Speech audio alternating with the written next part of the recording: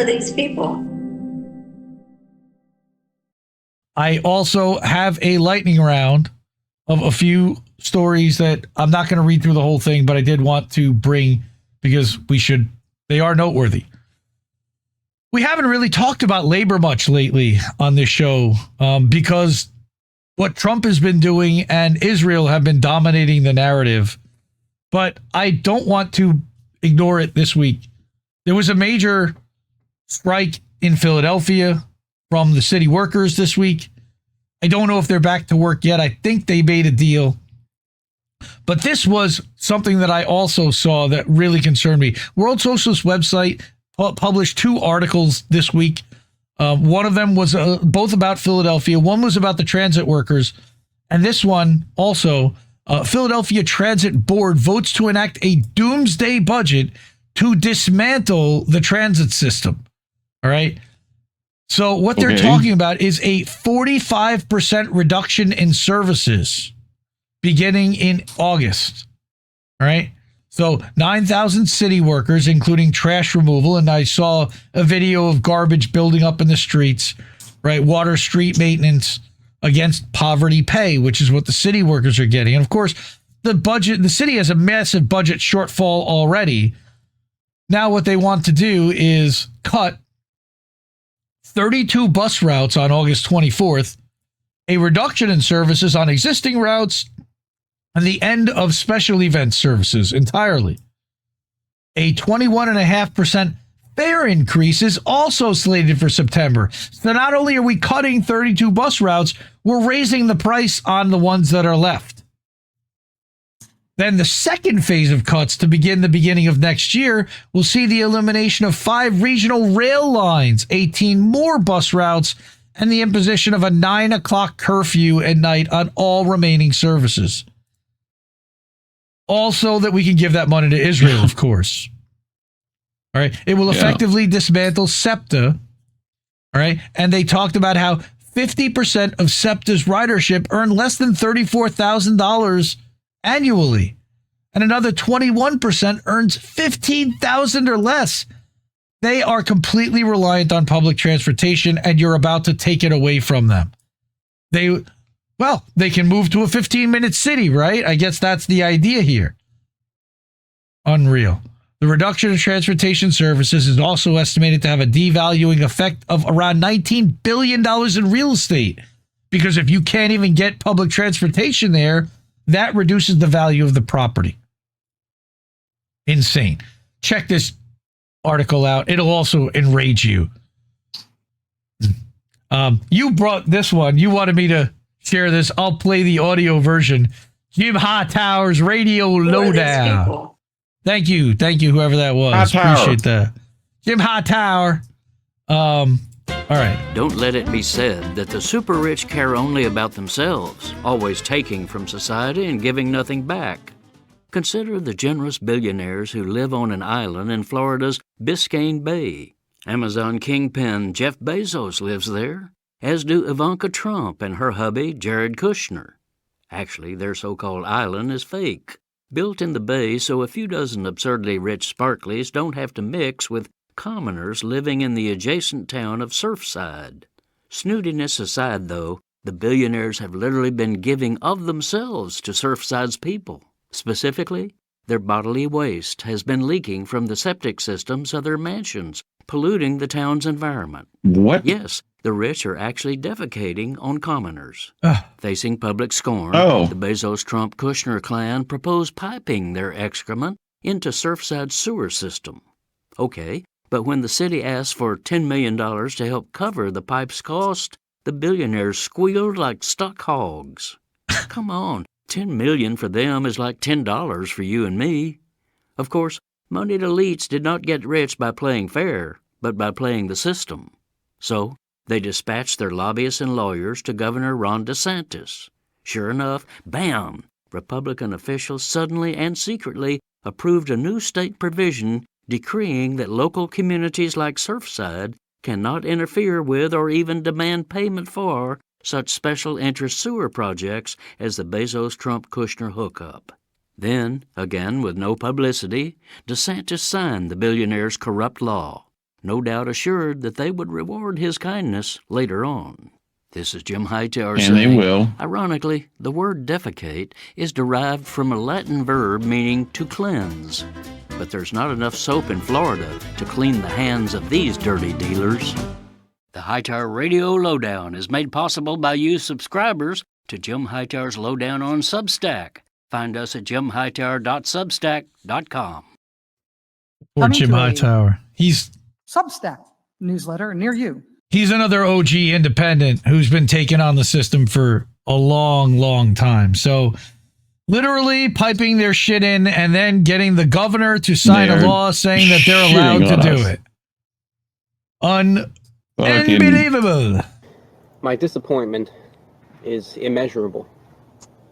Now, I did want to get to, and it's terrible, but I did want to get to a little bit about the tax bill, about this big, beautiful bullshit nonsense bill that is now about to become law. All right. Professor Richard Wolff, Trump's tax bill shifts the cost of a declining U.S. empire and economy onto the poorest and middle by massive cuts in social programs class.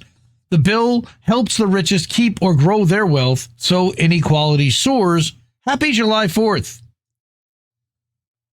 Okay. Motley Jew, friend of the show. Maybe this will cause Dems to look in a mirror and stop rigging primaries. LOL. Of course it won't.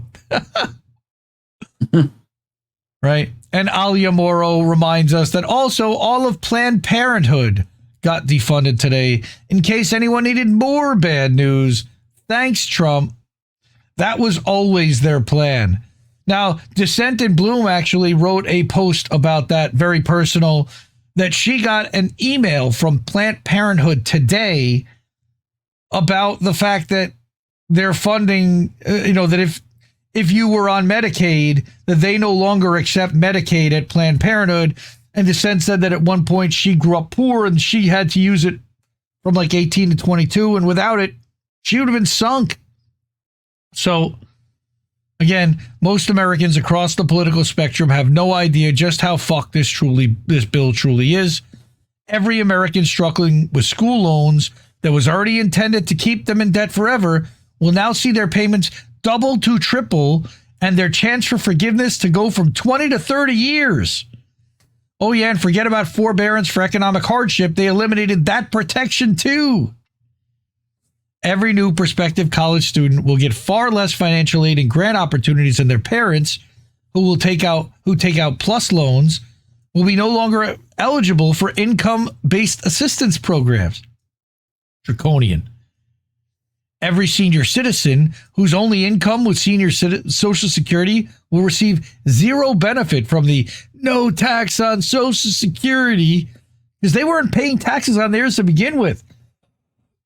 The only people this helps are middle and upper middle class, predominantly white and privileged people who have large pensions and additional incomes. That's just 3 of the hundreds of ways in which this abomination of a bill is going to fuck us American peasants and the collapse of the American economy and American innovation from this day forward. I hope all the dumb fucks who are still cheering for this go out and enjoy themselves greatly today, because starting tomorrow, they too will be getting bent over and railed hard by just what's been unleashed. Fell for it again. They're just too goddamn stupid to know it. Yep. I also wanted one other thing. This popped up. Wow. So there's 8 wallets that are connected to this user. Imagine the balls it takes to not only hodl what is now $1.1 billion worth of Bitcoin for 14 years from a $7,800 cost basis, but to send it all out with a single click and no test transaction? There's 8 wallets connected to this user with 10,000 Bitcoin in each wallet, all dormant for 14 years. Cost basis is the same in all, about 78 cents per Bitcoin, which again is now valued at over $100,000 a piece. This person paid 78 cents for them. It's all profit. The total mark-to-market profit is over $8 billion off of an initial investment of only $78,000. All Bitcoin on the move. Now, there was some speculation as to whose Bitcoin this is. Some people thought it might have been Michael Saylor holding on for a long time. He might have had a big loan due and had to cash out. Yeah. I don't think he's going to want to pay income tax on $8 billion. My feeling, there's another person that had a whole bunch of wallets that was locked up for 14 years. That would certainly benefit from $8 billion right now. Pretty penny. You have a soundbite that would apply to that. Licky Leaks? Do I? Licky Leaks? Yeah. Because I believe that there's a man by the name of Julian Assange that has a bunch of Bitcoin wallets. Nobody knows where they are or what they are. Could they be that guy? Could it be his wallets? Could he have literally just cashed out a portion of his Bitcoin holdings? We don't even know how much Bitcoin he holds. But we know that for years, he was debanked and had to transact in crypto, in Bitcoin, when it actually was decentralized DeFi using a cold wallet, using, like a USB storage. So the fact that it was done without a test transaction also leads me to question whether it was somebody in the know like a Michael Saylor, because they never would have done that without testing it first to transact $8 billion without knowing if it'll go through first. Okay. But it worked. There's the records of the transactions from this wallet to this wallet, where they went from and to. Having 7 other wallets with 10,000 Bitcoin each while transferring, he may have said in Forrest Gump voice, "I just got it." Interesting. What if Dave Ramsey is Satoshi? Funny. Biggest whale. Yeah, this is one of the biggest cash outs we've seen yet. All right. They cashed out at just under 110,000 a coin from a cost basis of 78 cents. I've never seen a profit spread like that. That's crazy. All right. Interestingly enough, again, Golden Monarch reminds us that, like Trump, Michael Saylor once thought that Bitcoin was a scam. So he wouldn't have been buying Bitcoin back in 2014. He wouldn't have those wallets then. All right. As he says that initially, if it was Saylor, but that activity was all in 2011, if he recalls, Saylor didn't even get involved until 2013, fully going on board in 2020. Correct. Oh, it could also be, you're right, Ross Ulbricht, potentially. Silk Road. All right. Interesting to speculate who it might be. So that's our lightning round. But also, we've got our friends who have GoFundMes, and I wanted to highlight them. We've got Chanda, who's up to $1,430 raised out of her 5,000 goal. She is now cancer-free. Terry, the tumor, is dead. Okay. She's still got a long way to go. She's still got massive scar tissue inflammation. She's got a lot of pain and pneumonitis. It's not a tumor. It's not a tumor. Pneumonitis, but it's not cancer. So that's good. So if you're able to help Chanda, shout out to our friend Chanda. She'll be live hopefully tomorrow. Trailer Park Pundit. They all got together. The Roar Media family got together over July 4th weekend. Was really happy to see that. I know she had some car trouble too. So that's another thing that she needs money for. She practically had to limp her car there and back or something. Oz was telling us that story the other night. So again, anything that you could do to help Chanda, she could use any cash. She's not the only one, unfortunately. We've got AnnaMari. Okay, Zygmunt Smith. That's Andrew Zygmunt Smith, her dad. Action for Assange. You know him well. Okay, she's been dealing with brain tumors. They went to Cincinnati. They did treatments. She's learning to walk with a cane. Happy little girl. It's just embracing life, and they could use all the help they could get. Again, I mentioned Oz earlier. Oz also could use some help. Oh, there's Oz. No Trailer Park Pundit this week. Sorry. They're both out sick. Okay, well, Hope they're all feeling better. This is Oz's Ko-fi, ko-fi.com/Oz the Boomer. Shout out and love to our brother Oz. Go hook him up with a couple of bucks if you can. Everybody could use some cash for sure. And then we've got our friend Aspen Benson, Halo's daughter, who's again facing $30,000 in defense costs for her legal defense.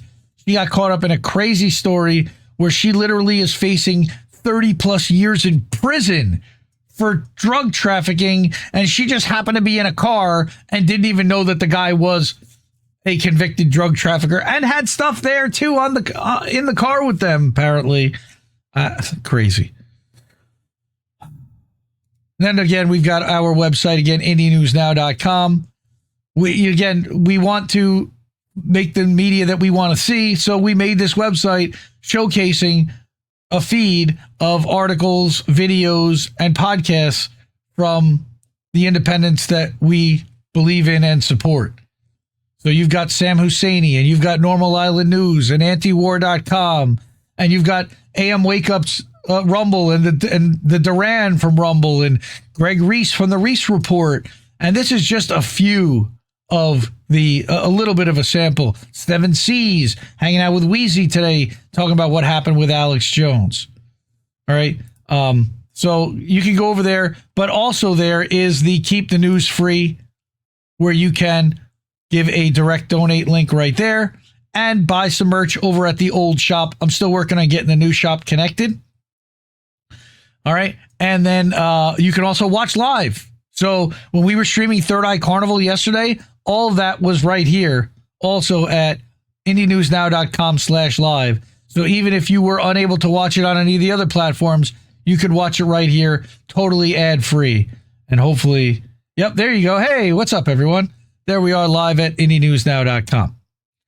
This, by the way, is the new shop. That is IndieNewsShop.itemorder.com. All right, you can get there. Buy my merch, little bitch. Buy my merch. Look at my shirt, little bitch. Check out my website. Buy my merch right quick. Look at my shirt, little bitch. Go to my website. All right, so you can pick up an INN t-shirt, or you can get an indie shirt, or a lot of different shirts that are there. There's over 30 designs. Angel in the Afternoon, I think there's an Angel Rivera shirt. You got Snow Himbo if you want to put Snow Himbo's face. Zago Brother illustration. Awesome. Check that out right there. Maple Files, hoodies, everything, including beanies. INN beanie. Go get one of those. $19. Can't do much better than that. Stickers, all of it right there. IndieNewsShop.itemorder.com. Again, I put the link in the chat. Fund the media you want to see. If you want to get on that wall of fame, the way to do that is Cash App, $ Indie News Network, ko-fi.com/Indie News Network, paypal.me/Indie News Network, at IndieNewsNow.com, and over at Substack at INNNewsletter.com and at IndieMediaToday.com. Support independent media because we need it more than ever. I love you all, and we'll see you soon. See you in a bit, fam. Mwah. Ciao, baby. We go party. Bye-bye! No! We just fucking lost the stream! I guess this isn't such an awful place. Is that what you